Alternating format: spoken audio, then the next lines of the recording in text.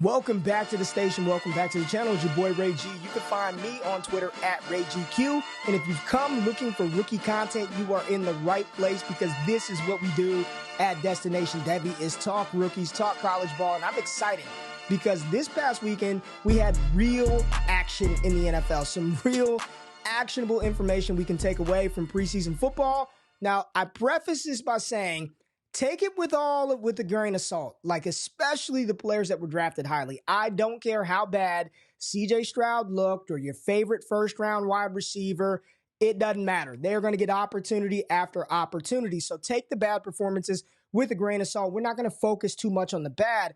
I want to highlight some of the skill set and the players that caught my eye this past weekend and some players that we should be paying attention to, especially in deep dynasty leagues, that could be impactful this season for fantasy football. Now, if it's your first time on the channel, the only thing that I ask that you do is hit the thumbs up button, like the content, comment below, let me know which rookies caught your eye. And if you stick around into the end and you like what you heard, it was actionable, it was entertaining, subscribe to the channel, turn the alerts on. And if you've been here before, damn it, you better hit that thumbs up button and comment about your favorite rookies. But let's get right into the action. And I want to talk about a couple of honorable mentions, some guys that are not going to crack my top 10 rookie risers, my top 10 rookie performances from week one, and a couple of those players that I want to talk about. Let's start out with the quarterback position, and I want to start with Anthony Richardson. A lot of people, they were ready to panic on A-Rich after that third preseason interception pass versus a very good Buffalo Bills defense. They were rolling out Ed Oliver. They had Greg Rousseau out there. They had a bunch of starters on that defense playing early for the Bills.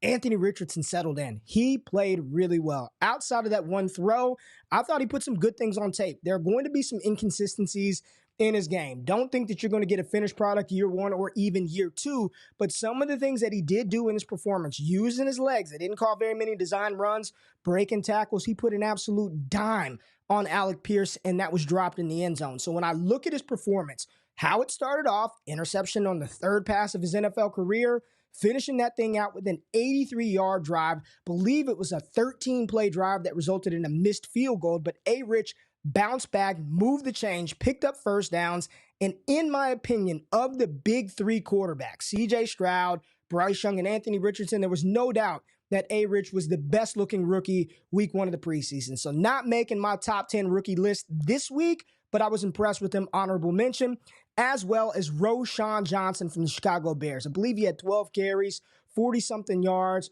running physical. Hey, he got a lot of opportunity in this game, and reports are, I'm recording this on Monday night, that he took some reps with the ones in practice today.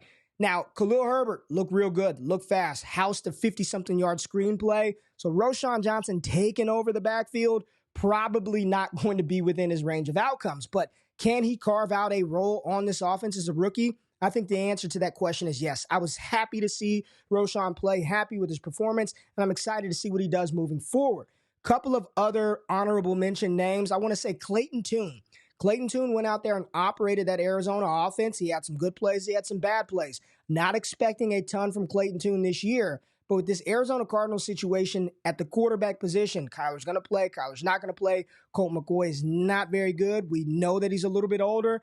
There is a chance that Clayton Tune is on the field for the Cardinals this season. Long-term stability for Tune, don't think that's in the cards for him, no pun intended. But I thought he played very, very well for his first NFL action. And then finally, I want to talk about Zach Charbonnet, the rookie second-round pick, third running back off of the board by the Seattle Seahawks. He did not, the stat line wasn't great. You see the stat line, I believe he had 4 carries for 14 yards. But let me tell you something. If you actually watched this game, you knew that Zach Charbonnet did not come to F around. He was physical from the opening carry into the end. I really liked what he put on tape. And I'm just here to say, the combination of Kenneth Walker and Zach Charbonnet in the backfield together should work wonders for Geno Smith, for Jackson Smith and Jigba, Tyler Lockett, and DK Metcalf. Having those two dynamic running backs back there that are physical, setting the tone for that offense, it would be hell to be a defender playing against those guys week in and week out. Then you throw in the fact that you got a complimentary back like DJ Dallas. Not quite top 10 for Zach Charbonnet, but I was very impressed by what he put on tape in week 1. So let's kick this thing off. Let's start and work our way from 10 to 1. Most impressive rookies, week 1 of the preseason. And I'm going to stick with the running back position. We're going to go to the AFC South and talk about Tennessee Titans running back Tajae Spears, rookie out of Tulane. Got to see him in person at the Senior Bowl. Was the most dynamic running back there, no question about it. And then we saw that versus the Chicago Bears this past weekend. Spears flashed some of that change of pace ability, the quick twitch ability, and some speed. 6 carries, 32 yards. He did have 1 reception in that game for 4 yards, so not a huge stat line. And you got to understand, these guys aren't going to carry the ball 20 times in preseason. But what you did see was him able to get the edge on the Chicago defenders, use the stiff arm, flash some of that quickness, flash some of that speed. This could be a fantastic complementary running back to Derrick Henry, who is the king. There's no doubt about it. Henry is the king in Tennessee. But Tajae Spears could be the prince. I think this young running back provides a different element of speed to this Tennessee Titans offense that Derrick Henry can move for a big guy, but he's a little older. Nuke, DeAndre Hopkins isn't known for his blazing speed. Treylon can move, but you add another dynamic weapon like Tajae Spears to this offense. I'm excited to see where he goes throughout these next couple of preseason games because I think he could have some impact for fantasy football this year, absent a Derrick Henry injury, especially if they utilize him in the receiving game. So we'll see how all that plays out. But week 1, so far, so good for Tajae Spears. Now, the next rookie that I want to talk about, player that, really haven't talked about a lot, whether that be inside of our Discord, on Twitter. But, man, he put up a nice, solid outing in his first game. And I'm talking about rookie wide receiver from the Tampa Bay Buccaneers, Trey Palmer. Trey Palmer, speed guy, was at LSU in college, transfers to Nebraska, goes out there at the combine, said he's going to run fast. He does everything that he says he's going to do. And then he gets to the NFL, and in his first preseason game, 4 receptions, 33 yards, and a touchdown, averaging 8.3 a reception, 2 first downs. I liked what Trey Palmer put on tape. This is a wide receiver core that after Mike Evans and after Chris Godwin, I really don't know who's going to be next up. Maybe it's Russell Gage. They got a couple of other guys, Cade Otton. Trey Palmer, that speed, that deep threat ability, that deep play threat, that's something that Tampa Bay really doesn't have. Mike Evans can get downfield, but he's a little bit older, pushing 30. Chris Godwin's speed was never his game. He's the intermediate target earner. But Trey Palmer, especially in best ball formats, and I'm telling you right now, I'm going to be drafting some Trey Palmer in the 18th round on Underdog Fantasy. But I was excited and encouraged by this rookie wide receiver. Now, normally it takes these guys some time to really get the momentum going, really be impactful for fantasy. So just keep your eyes out for Trey Palmer. And if you're in deep best ball leagues, I play in a lot of dynasty best ball, I will be putting a waiver claim in for Trey Palmer this week. The next rookie that I want to talk about, which was kind of the shine and the thunder is kind of stolen on this one right here by Dalvin Cook just signing with the New York Jets. But Israel Abanikanda, the rookie running back out of Pitt, man, listen, he was phenomenal. You're talking about rookies don't get 20-something attempts. He had 12 for 56 in this game with a long of 26, caught 3 passes for 31 yards. Filthy spin move by Abanikanda to score that touchdown versus Carolina. Loved what I saw from Izzy. Thought he looked good. The problem is, damn, Dalvin Cook is there now. Dalvin Cook just signed with the Jets. So as excited as I was about the performance from Israel Abanikanda, the reality is now you got Breece Hall, you got Bam Knight, you got Dalvin Cook, Michael Carter. It's just a crowded RB room. I had one of my patrons tonight ask me, Ray, should I go trade for Izzy? He's probably dirt cheap. If you can get him for a 4th, sure, but I would not trade any significant capital for Israel Abanikanda. He's not going to get the ball a lot, absent a Breece Hall and a Dalvin Cook injury. That's just the unfortunate reality of where he landed. It has nothing to do with the skill set. That's why I still wanted to highlight him this evening and say he was a rookie that caught my eye, and I'll be paying attention to see if there's ever any opportunity for Izzy. Unfortunately, again, Dalvin Cook is there, but he put a lot of good stuff on tape this past weekend. 2 solid performances for Izzy Abanikanda for the New York Jets. They got to be happy about that young rookie. So let's continue to keep this excitement hype train going, and we're going to go to Green Bay. And I'm not talking about Luke Musgrave, and I'm not talking about Jaden Reed. I'm talking about Emmanuel Wilson. What on earth? What a performance by Emmanuel Wilson. I had to go look up where he played. Fort Valley State, drafted, transferred from this school, transferred from that school. But you're talking about a player who's 5'10", 5'11", over 220 pounds, had an 80-yard touchdown run in this game. And I went back and I watched every snap just to make sure that I wasn't being hoodwinked and he just kind of caught an edge and no one was there. No, he outran Cincinnati defenders.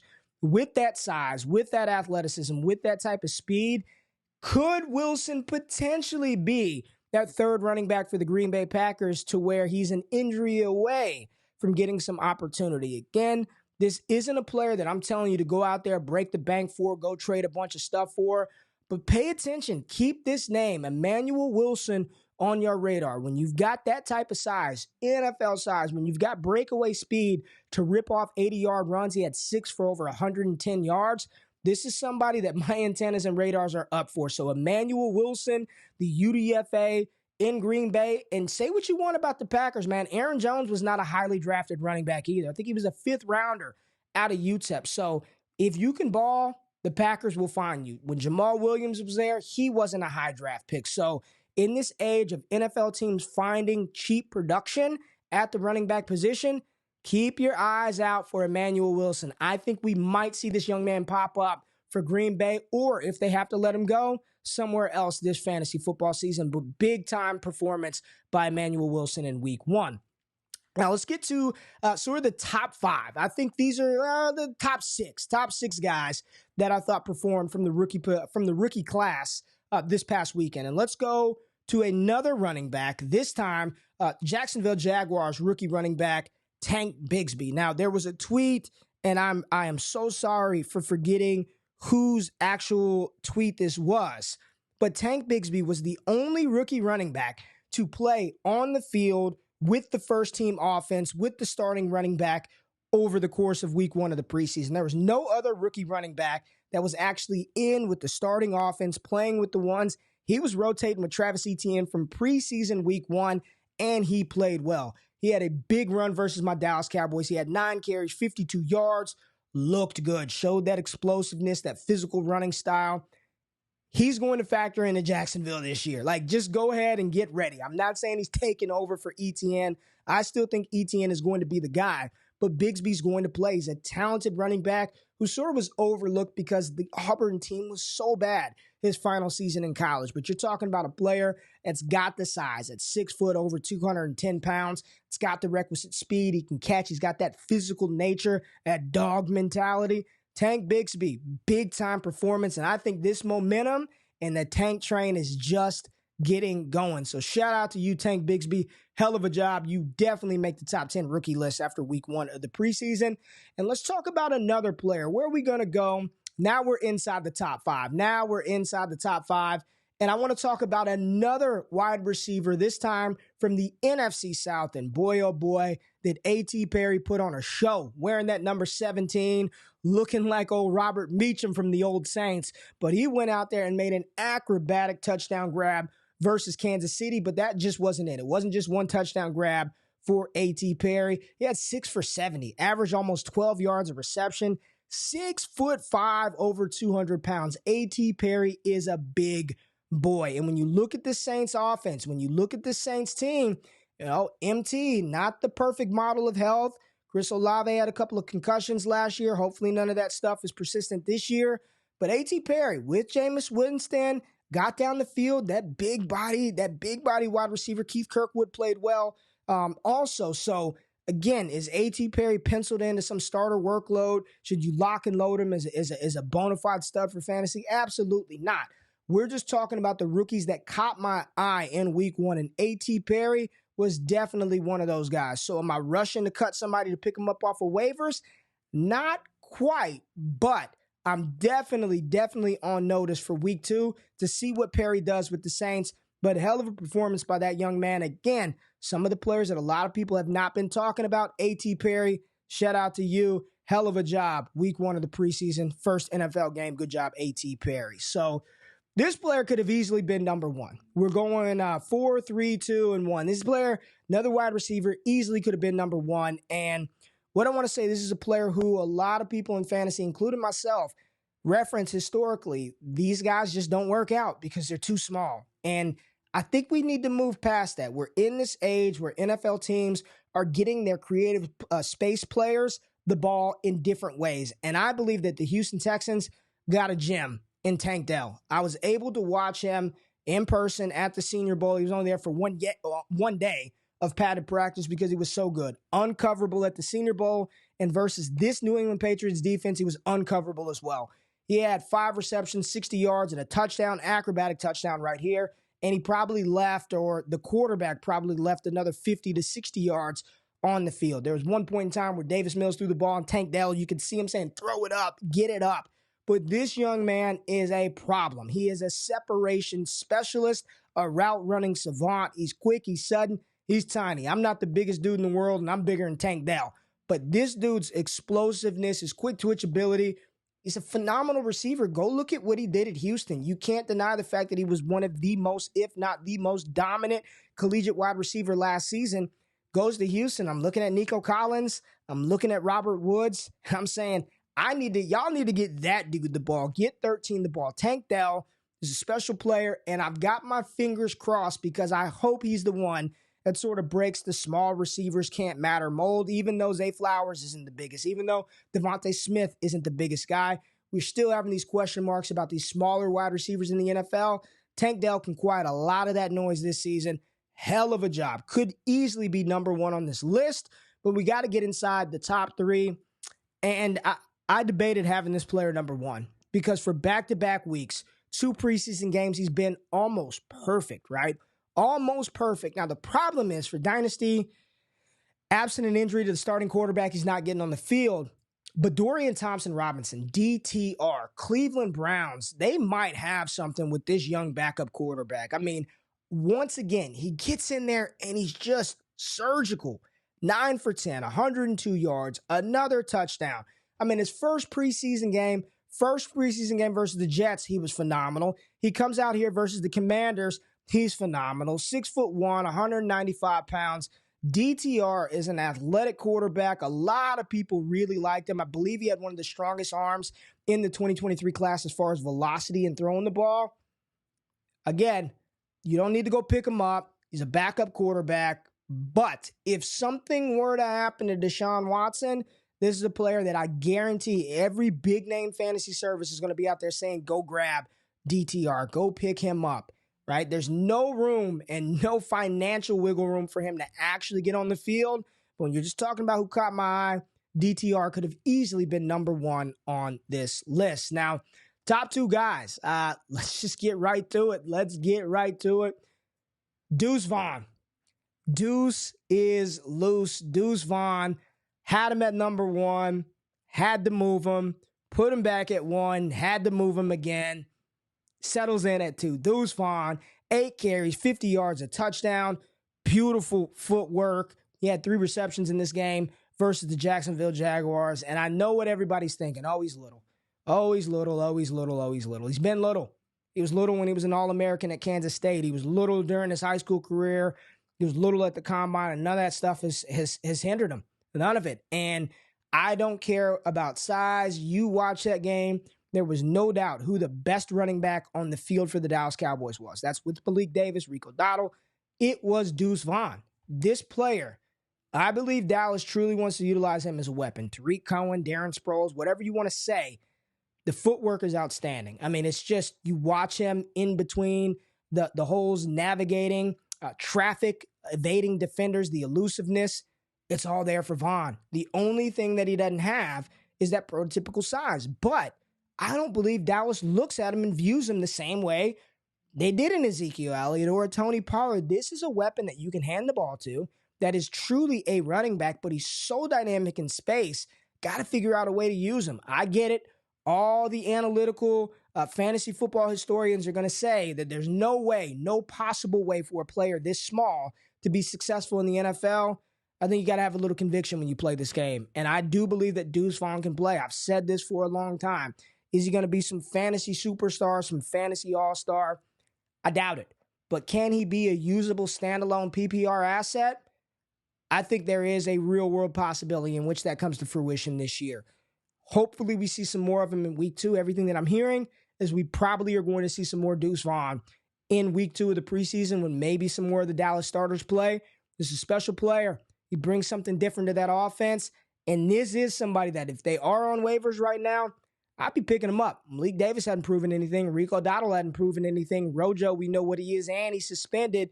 Go get you some Deuce Vaughn. If he's out there, go pick up Deuce Vaughn. Now, as much as I wanted to put him number 1, and I did, I really did, I cannot take anything away from what this young man did with the stage to himself on Sunday when the world was watching for the other quarterback. The world was wanting to see Trey Lance go in there and take over that quarterback room, render Brock Purdy obsolete.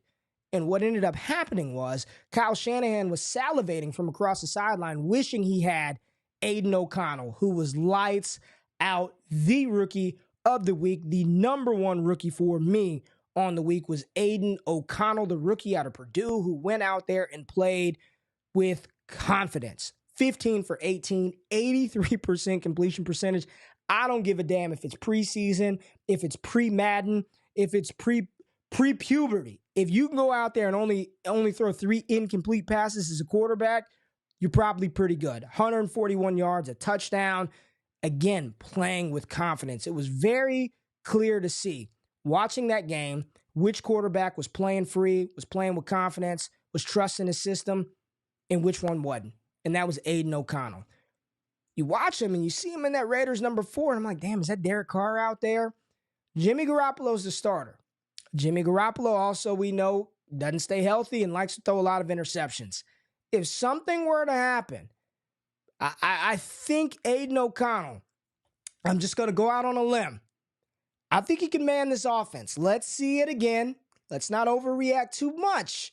But I was very encouraged. The arm strength, the velocity, the accuracy, played damn good football. And in my opinion, was the best rookie to step foot on an NFL field from a fantasy perspective this past weekend in the preseason. So once again, rounding those things out from 10 to 1, I had Tajae Spears, Trey Palmer, Izzy Abanikanda, Emmanuel Wilson, Tank Bixby, A.T. Perry, Tank Dell, Dorian Thompson, Robinson, Deuce Vaughn, and Aidan O'Connell with some honorable mentions, Anthony Richardson, Zach Charbonnet, Clayton Tune. So that is week 1 of the preseason rookie report in the books. I will continue to monitor and follow these rookies as the season progresses. If you like the content, hit that thumbs up button, comment below, let me know which rookie stood out to you, and subscribe to the channel, turn the alerts on. I appreciate everybody being here. Had a lot of fun on the channel. Go check out the Wake Up Show where we went through the week 1 preseason takeaways, and also make sure you tap into the Destination Chill Show. Scott Connor and I talked about rookie tight end values in Dynasty Leagues, in particular, Dalton Kincaid. Y'all have a fantastic week, and I'll see y'all later on the channel. I'm out. Peace.